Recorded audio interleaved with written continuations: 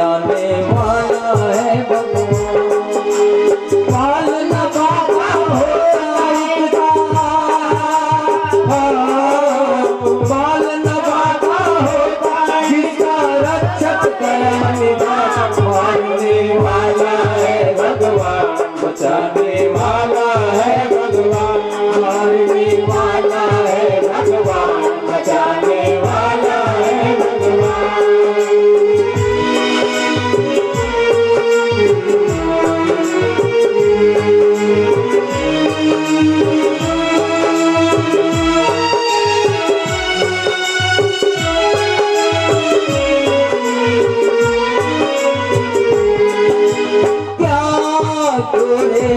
भाई फल की आशा साथ बिना प्रीत जोड़ो, पर क्या होगा इसकी चिंता, जगत पिता पर छोड़ो। क्या होनी है क्या न होनी, क्या होनी है क्या न होनी, सबका उनको ज्ञान। मारने वाला है भगवान, बचाने वाला है भगवान, मारने वाला है भगवान, बचाने वाला है भगवान। पालन बाबा होता उसका, पालन बाबा होता जिसका रक्षक कराने वाला है भगवान, बचाने वाला है भगवान, मारने वाला है भगवान, बचाने वाला है भगवान।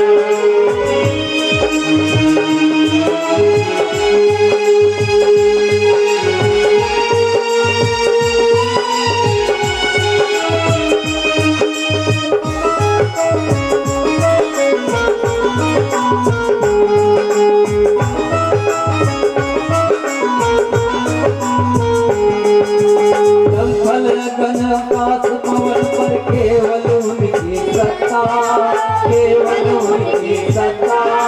प्रभु इच्छा के बिना यहाँ पर हिल न सके एक पत्ता, हिल न सके एक पत्ता, हिल न सके एक पत्ता। उसी का सोचा यहाँ पे होता, उसी का सोचा यहाँ पे होता, उनकी शक्ति मारने वाला है भगवान, बचाने वाला है भगवान, मारने वाला है भगवान, बचाने वाला है भगवान। हर पालन बाबा होता उसका, पालन बाबा होता उसका, उसकी तलवार। मारने वाला है भगवान, बचाने वाला है भगवान, मारने वाला है भगवान, बचाने वाला है भगवान, मारने वाला है भगवान, बचाने वाला है भगवान।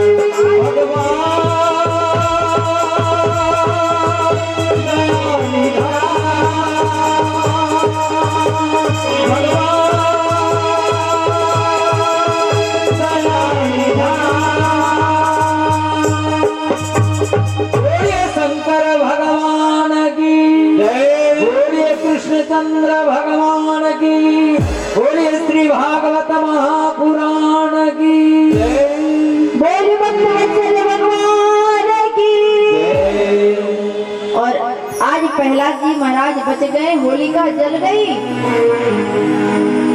प्रहलाद जी जैसे ही बचे हैं, हिरण्यकश्यप को बड़ा गुस्सा आया महाराज। जा कुछ दिन और अपने राक्षसों दैत्यों का विद्यालय जाके पढ़ ले, मैं तुझे नहीं बता सकता। महाराज प्रहलाद जी को भेज दिया गया। कुछ दिन वहां रहे तो बालकों ने कहा, अरे भाई तुझे तेरे पिता ने इतना मारा, न जाने क्या क्या प्रताड़ना दे दी, लेकिन तुम्हारे मुख से नारायण नारायण नहीं छूटता है। बता तुझे भगवान दिखाई देते हैं क्या? महाराज प्रहलाद जी ने कहा, अरे भगवान दिखाई, मैं जब पलक को खोलता हूँ तो नारायण ही दिखाई पड़ते हैं। पलक को बंद करूं तो नारायण हृदय में प्रकट हो जाते हैं।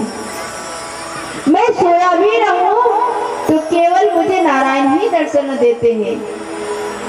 उनके बिना तो दुनिया में मुझे कुछ नजर ही नहीं आता। महाराज बालकों ने कहा, रे तुझे जब दिखाई देते हैं तो एक कृपा कर दे मेरे ऊपर। बोले क्या? सब छोटे छोटे दैत्यों का बच्चा, राक्षसों का बच्चा सब प्रहलाद जी को घेर लिया है और कहा, देख अगर तुझे दिखाई देते हैं ना तो एक बार मेरा भी दर्शन करा दे उस नारायण से, जरा मैं भी तो देखूं तेरा नारायण दिखता कैसा है। महाराज प्रहलाद जी ने कहा कि देख भगवान ऐसे नहीं मिलेंगे, मैं तो नित्य निरंतर उस नारायण का ध्यान करता रहता हूँ, मेरे मुख से भगवान का नाम नहीं छूटता, मेरे श्वास श्वास में परमात्मा का नाम भरा है। जीवन में कभी आपको मौका मिले ना तो उनसे बिल्कुल अच्छे वाला कोई संबंध स्थापित कर लीजिए। भगवान हर कुछ बनने को तैयार है, अगर बनाओ तो तुम्हारे मित्र भी बन जाएंगे, बनाओ तो मालिक भी बन जाएंगे, बनाओ तो सखा भी बन जाएंगे, और बनाओ अगर तुम भगवान को तो दास भी बनकर तुम्हारे पास आएंगे। भगवान हर रूप में आना चाहता है महाराज, लेकिन हमारे अंदर परमात्मा को किस रूप में निष्ठा है, किस रूप में प्राप्त करना चाहते हो। प्रहलाद जी ने कहा, पहले मन से संबंध जोड़ लो। सारे बच्चों ने कहा, जो तू मानता वही मैं मानू। अरे वो तो जगत पिता है, कहा चल तू जैसे बोलेगा ना मैं वैसे करने को तैयार। कहा सही में जैसे मैं बोलूं वैसे करेगा? बोले बिल्कुल। अरे मैं नाचने भी बोलूंगा? बोले मैं तैयार हूँ। प्रहलाद जी ने सारे बालकों को एक लाइन में खड़ा कर दिया। गुरुजी थे नहीं, सारे बालक निकल के खड़े हो गए। प्रहलाद जी बड़ा सुंदर कीर्तन करने लगे, भजन करने लगे, सारे बालक करने लगे। और जब कीर्तन करने लगे महाराज तो सारे बालक कीर्तन करते करते कहा, अरे बता तेरा भगवान कहाँ है, मुझे तो दिखाई नहीं पड़ रहा। कहा देख वो केले के वृक्ष में तुझे नारायण नहीं दिख रहे? बोले नहीं मुझे तो नहीं दिख रहे हैं। बोले इसीलिए नहीं दिख रहे हैं क्योंकि जब किसी व्यक्ति को करंट लग जाए ना तो उस व्यक्ति को उतना जोर से करंट नहीं मारता, लेकिन करंट लगे हुए व्यक्ति को अगर जाकर कोई दूसरा व्यक्ति छू देना तो उसको ज्यादा जोर से मारता है। तो भगवान का भी ऐसा ही है। भगवान अगर किसी के ऊपर कृपा करते हैं तो वो है दासानुदास। जो भगवान के दास है उसके दास आप बन जाओ। इसीलिए कहा गया है कि संतों के चरणों की सेवा करिए। बोले क्यों महाराज? बोले वो भगवान के दास है और उनके भी चरण को अगर हम पकड़ ले, जैसे प्रधानमंत्री से मिलना हो तो डायरेक्ट तो नहीं मिल सकते, मुख्यमंत्री के पास डायरेक्ट तो नहीं जा सकते, तो क्या करना पड़ता है? बोले भाई उसकी पीए को पकड़ो।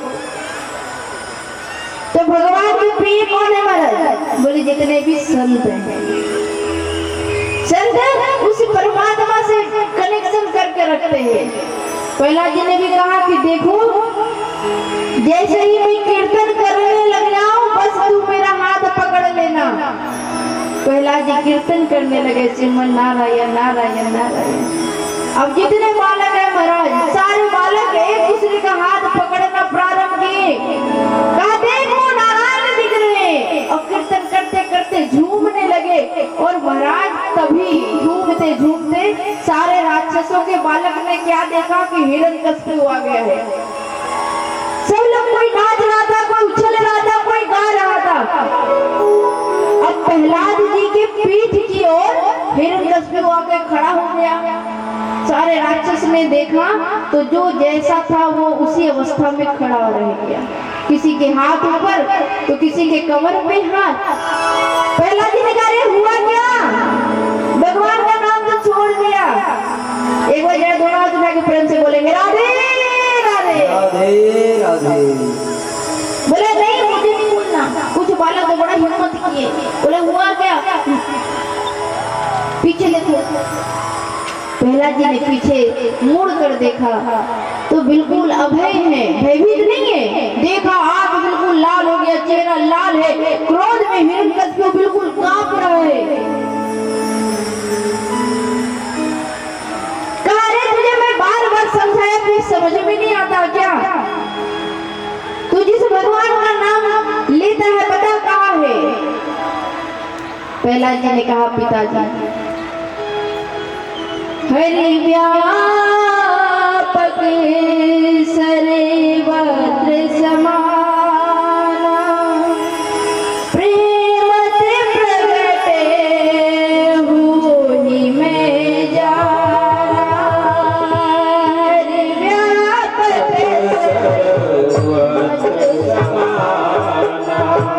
प्रेम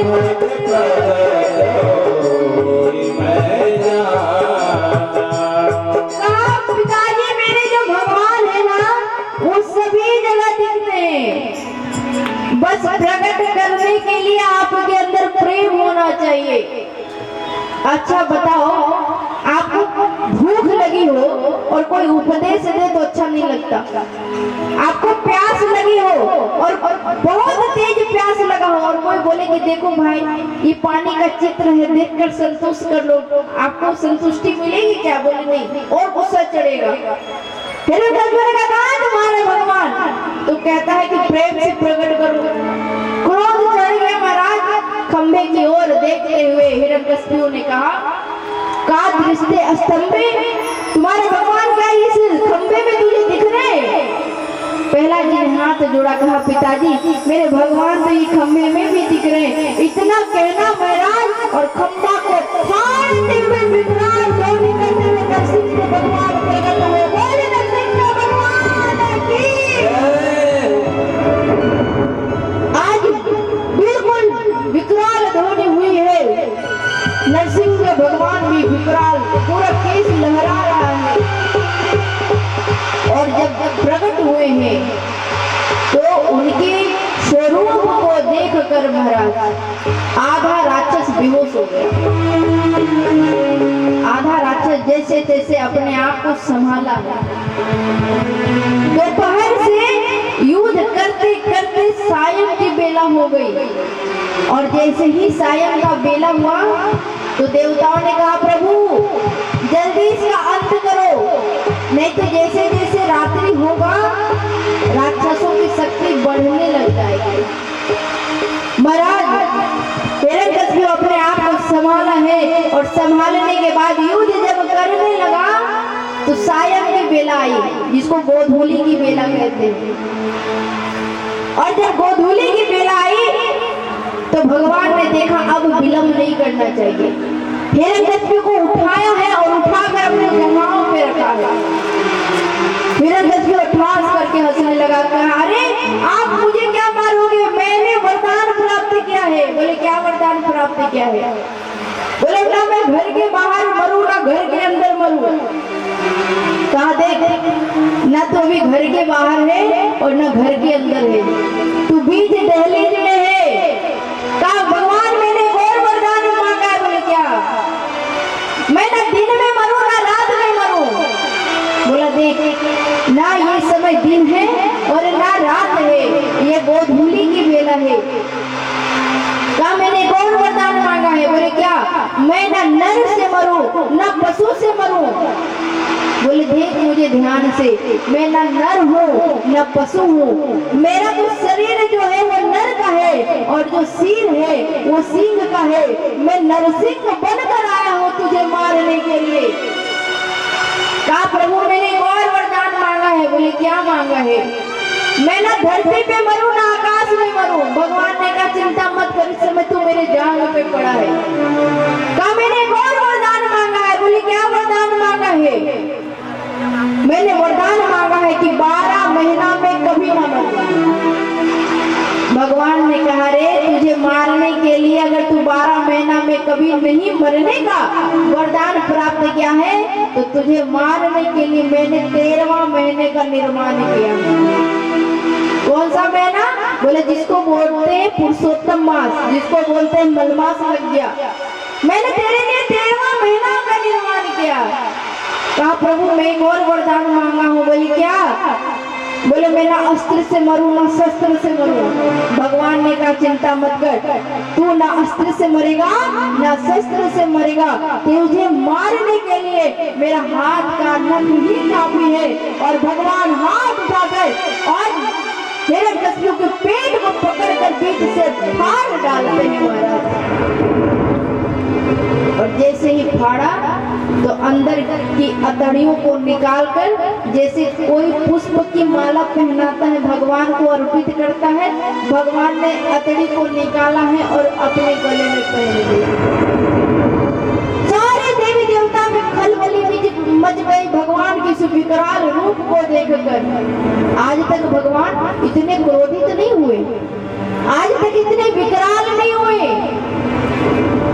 भगवान इतने विकराल क्यों? छोटा सा बालक प्रहलाद 12 साल की अवस्था है, भगवान का भजन कर रहा है। सारे देवी देवता को लगा अब उनके क्रोध को कैसे शांत किया जाएगा। सारे देवी देवता आए और बगल से ही देखे तो भाग जाए। लक्ष्मी जी को लगा कि अरे मेरे पति देव है, पत्नी को देखकर अच्छा पति देव का गुस्सा शांत हो जाता है, इनका भी हो जाएगा। चलिए सज धज कर महाराज हाथों में आरती का थाली लेकर और जैसे ही पहुंची तो चरण से आरती प्रारंभ की और मुख तक गया और भगवान ने दहाड़ा तो लक्ष्मी जी भी भागे हैं वहां से। अब देवताओं को लगा महाराज इनके क्रोध को शांत कौन करेगा। बोले भगवान जिसके लिए अवतरित होकर आए हैं, प्रकट होकर आए हैं, वही कर सकते हैं। प्रहलाद जी को आज सारे देवताओं ने आगे किया है। प्रहलाद जी हाथ जोड़कर भगवान के पास गए हैं और जब भगवान के पास गए तो भगवान ने प्रहलाद जी को पकड़कर अपने गोद में बैठा लिया है और दोनों आंखों से अश्रुधारा निकल रहा है।